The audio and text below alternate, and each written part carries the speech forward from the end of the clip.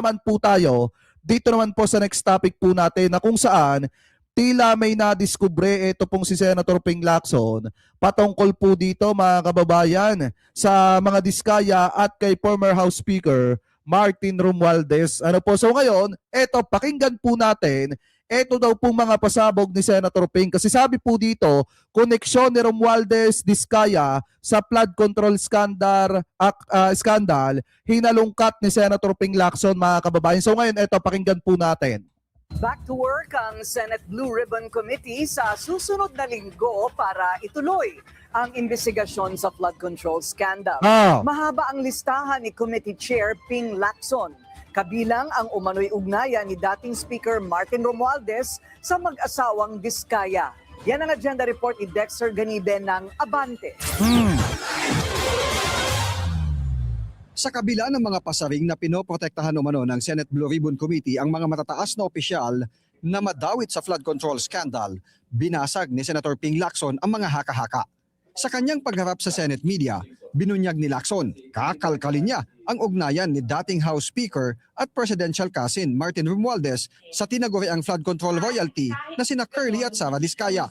Kasi di ba kung matatandaan nyo mga kababayan na nagkaroon po ng investigasyon, ang Kamara patungkol po dito sa maanumalyang flood control, may mga pinangalanan mga kababayan. Actually, ito palang Senate Blue Ribbon Committee, may mga pinangalanan, ito pong mga Diskaya na mga kongresista mga kababayan at kasama po dyan yung pangalan ni former House Speaker Martin Romualdez. So ngayon, yan po ay hahalungkatin mga kababayan at iimbestigahang muli ni Senator Ping Lacson dahil nga may mga lumalabas na mga balita mga kababayan na di umano, eto daw pong mag-asawang Diskaya ay ginamit ni former House Speaker Martin Romualdez para daw po mag-front sa pagbili niya ng property katulad po ng bahay at lupa diyan daw po sa Makati. Kasi kung iisipin yung mabuti, oo nga no, ano nga yung ugnayan ni Romualdez at ng mga Diskaya, bakit gano'n na lamang po kalalim ang pagtitiwala ni Romualdez dito po sa mag-asawang Diskaya to the point na gamitin po ni Romualdez itong mag-asawang Diskaya na front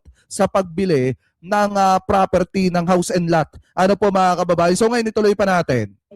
Kasunod ito, nang anyay tatlong sources nang lumapit sa kanya para ibulong na may biniling bahay si Romualdez sa isang magarang subdivision sa Makati, pero sa pangalan ng mag-asawang Diskaya. Grabe. We would like to clarify persistent reports that former Speaker Martin Romualdez had purchased a house and lot in a plush subdivision in Makati City using the Diskayas as front in the said sale.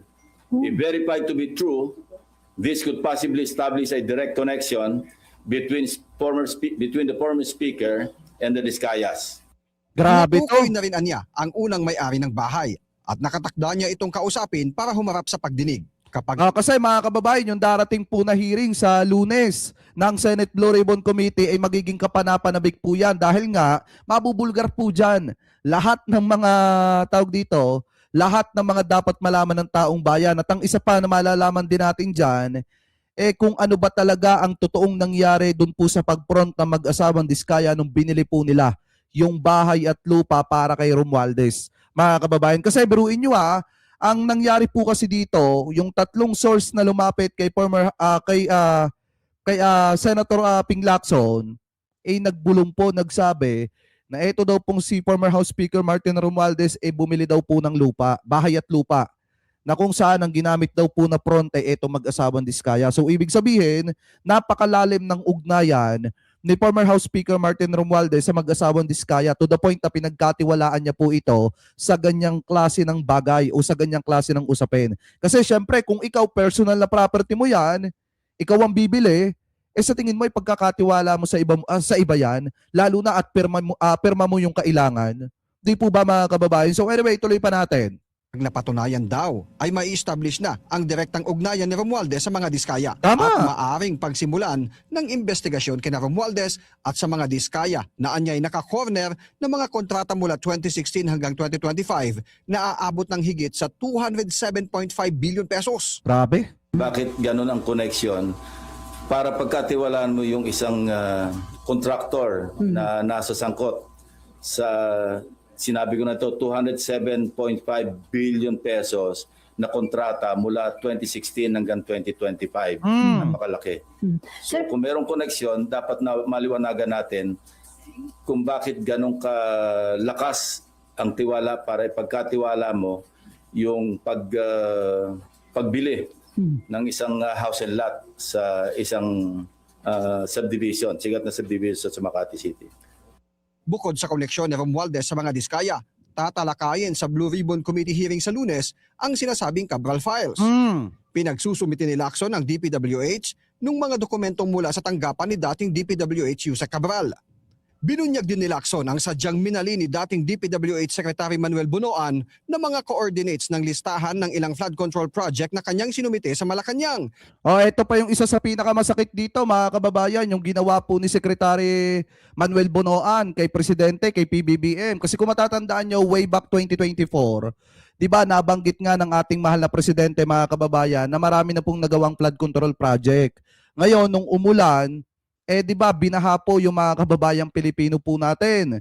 And then, nung nangyari yan, bumaba sa field si PBBM at doon niya nakita na talagang sobrang daming palpak na flood control project at yung iba ay guni-guni lang.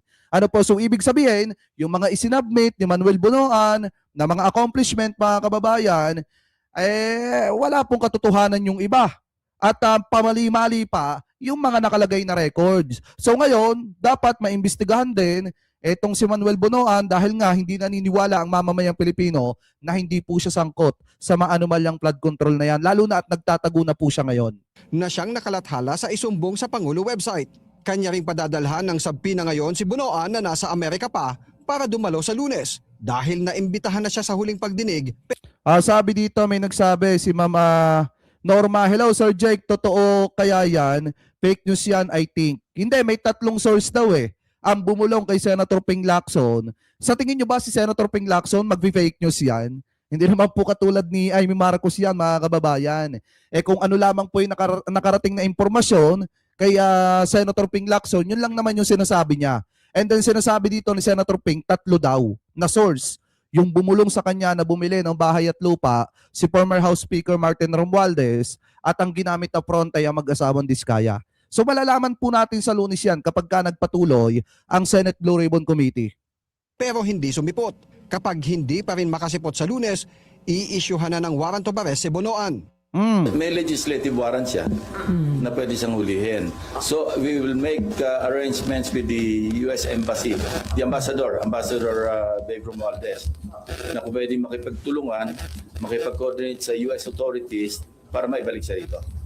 Isa pa sa kakalkalin sa Lunes ay ang natanggap ni Lacson na impormasyon na may hakbang si dating PNP Chief at ngayon MMDA General Manager Nicolas Torre III para ilagay sa kanyang kustodiya si dating DPWH Yusek Roberto Bernardo na nag-apply para maging state witness sa flood control scandal.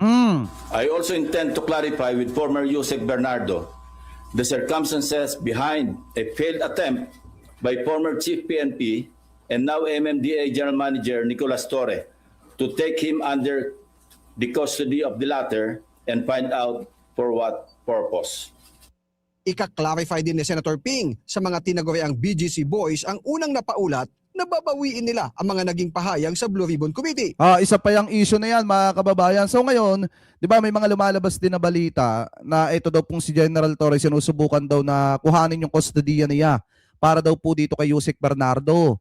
So ngayon, ako naman mga kababayan, since wala pang paliwanag dyan si General Torre, napakahirap pong paniwalaan yan. Pero mas maganda, klaruhin din ni General Torre yung mga haka-haka na yan. Ano po at itong statement na ito na binitawan ni Senator Ping Lacson.